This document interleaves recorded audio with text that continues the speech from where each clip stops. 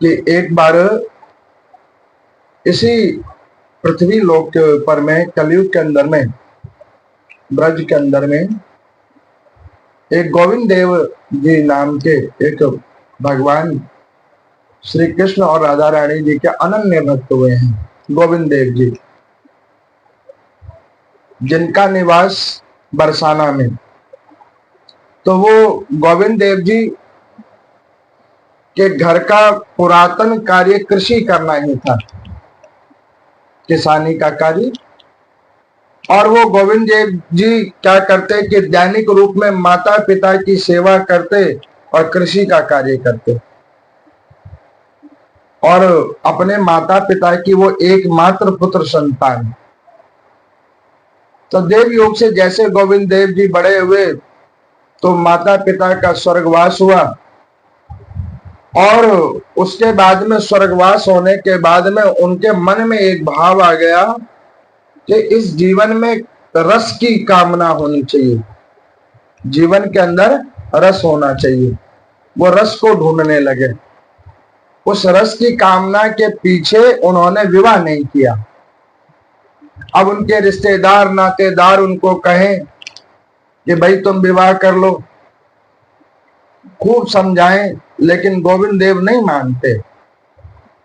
वो कहते कि एक स्त्री और पुरुष के अंदर में कोई रस नहीं है, रस है तो किसी परम आनंद संत वैष्णव जनों के निकट में, उनके सत्संग के अंदर में।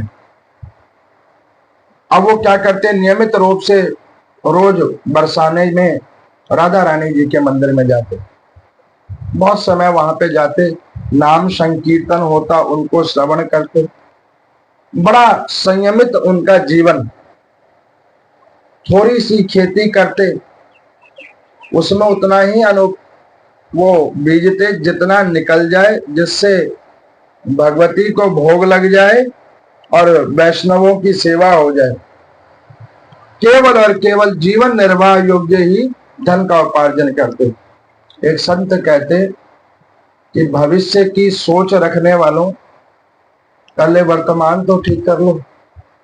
भविष्य किसने देखा है? जिसका वर्तमान अगर सुरक्षित नहीं है, वो भविष्य में क्या करेगा?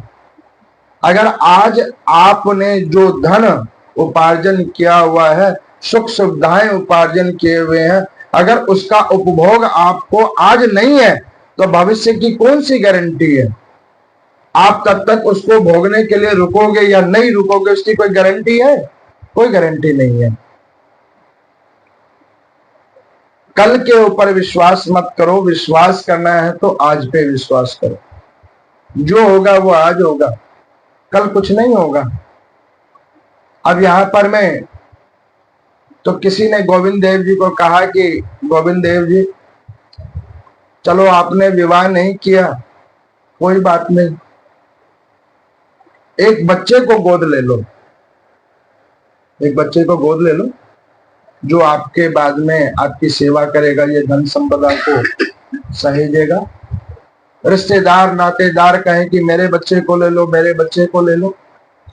आपको पता है कि इस शरीर से जुड़े हुए स्वार्थों को दुनिया पूछती है, और किसी व्यक्ति को नहीं पूछा जाता। केवल और केवल एकमात्र इस शरीर से जो स्वार्थ उत्पन्न होता है ना, केवल उसको लोग पूछते हैं। आप किसी को सुख प्रदान करते हो, केवल उसको पूछा जाता है, ना कि आपको पूछा जाता है। अगर आज आप अपने घर में कोई कार्य को करना बंद कर दो, तो आपकी उसी वक्त आपके घर में जो सम्मान की स्थिति धीरे धीरे घटने लग जाएगी, क्योंकि आपके शरीर से जो स्वार्थ की सिद्धि होती है, केवल उसकी पूछ होती है। अब यहाँ पर मैं गोविंद देव जी को सबने नाना प्रकार का करा, तो वो इन विचारों को कर एक दिन मंदिर में गए, तो संतों के समूह में बैठे हुए थे।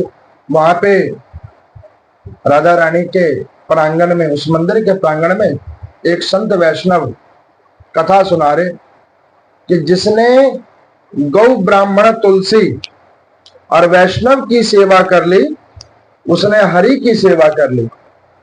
और जीवन में अगर तुम्हारा कोई है तो ये श्यामा श्याम है और कोई नहीं है। अब उन संतों की वाणी को सुना, मन में भाव जागृत हुआ, उन्होंने लाडली जी को अपनी बेटी बना लिया। उन्होंने क्या किया? लाडली जी को बेटी बना लिया।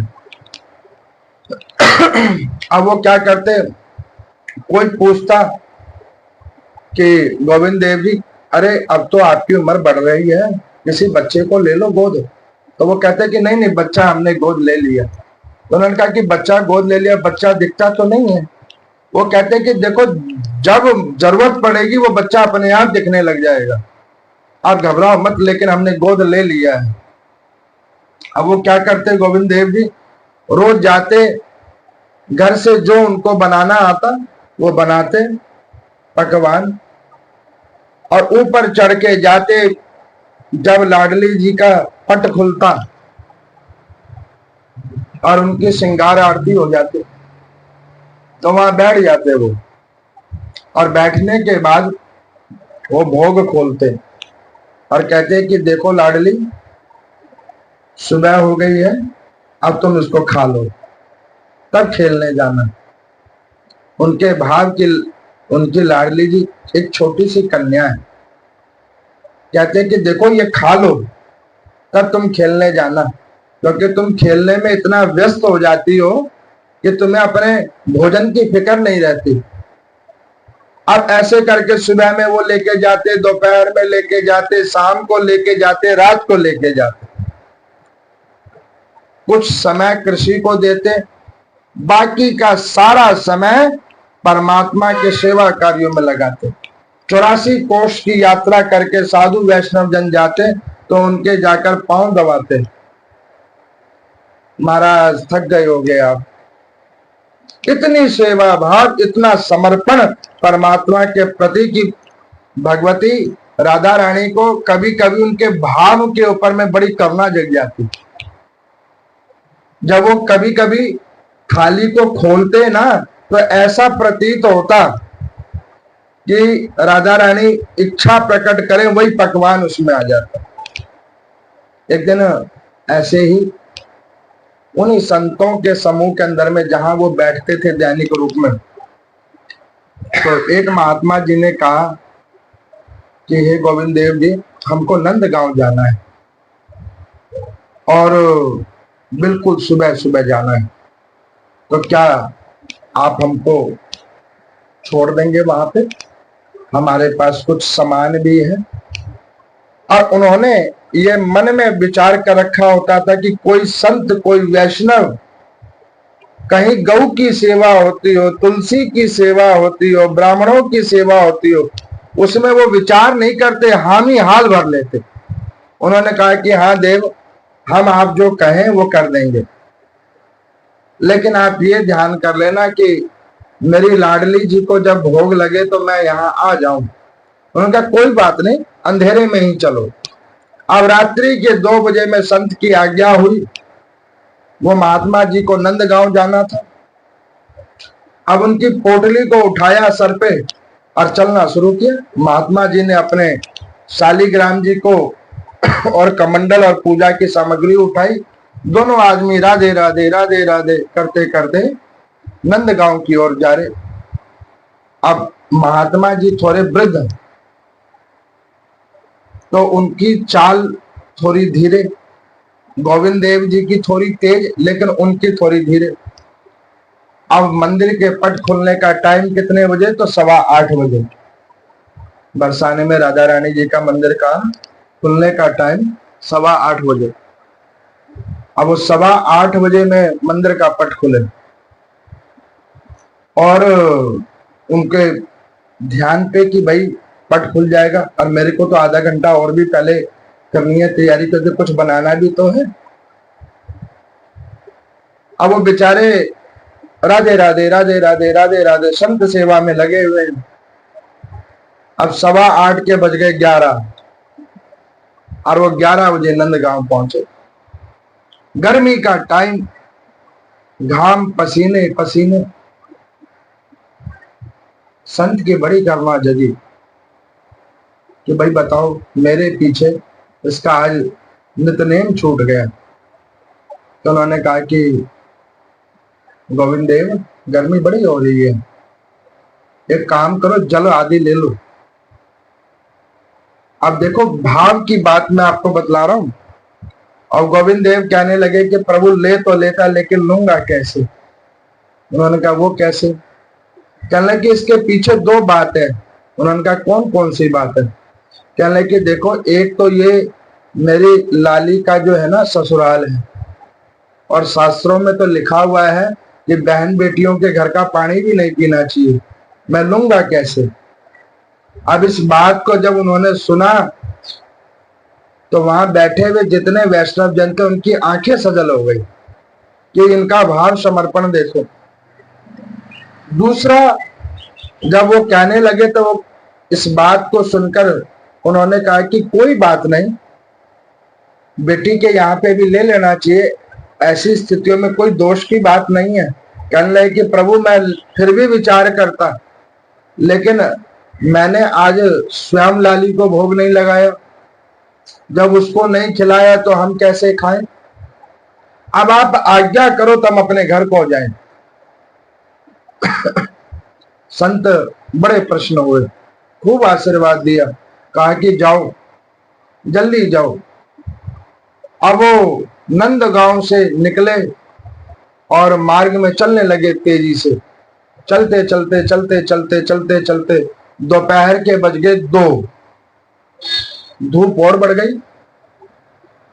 और जैसे ही सूर्य नारायण भगवान का उष्ण रूप की किरणें जब शरीर में ज्यादा पड़ने लगी तो उनको आने लग गया चक्कर, क्योंकि उन्होंने भी कुछ ग्रहण नहीं किया हुआ। तो एक आम के वृक्ष के पास में हाल वो गिरने लगे, मूर्छा आने लगी, गिरने लगे। जैसे ही वहां गिरे, राधा रानी जी हाल कृष्ण जी को लेकर वहां प्रकट हो गए। भक्त के ऊपर कृपा करने के लिए हाल वहां वो प्रकट हो गए। सर को जमीन पे गिरने से पहले वो बैठ गई, गोदी में जाकर उनका सर गिरा। अब देखो क्या स्थिति रही होगी वहां पे कि राधा रानी की गोदी में भक्त का सर है और भगवान श्री कृष्ण उनके चरण दबा रहे हैं। ये भैया थक गया है। अब किसी ने पूछा कि भगवान चरण दबा रहे हैं, तो वो कहने लगे कि देखो, जिस भक्त के हृदय में राधा नाम संकीर्तन है और राधा जी का जो नाम है वो भगवान श्री कृष्ण के हृदय में है, तो जो राधा रानी को अति प्रिय है वो कृष्ण को प्रिय कैसे नहीं होगा?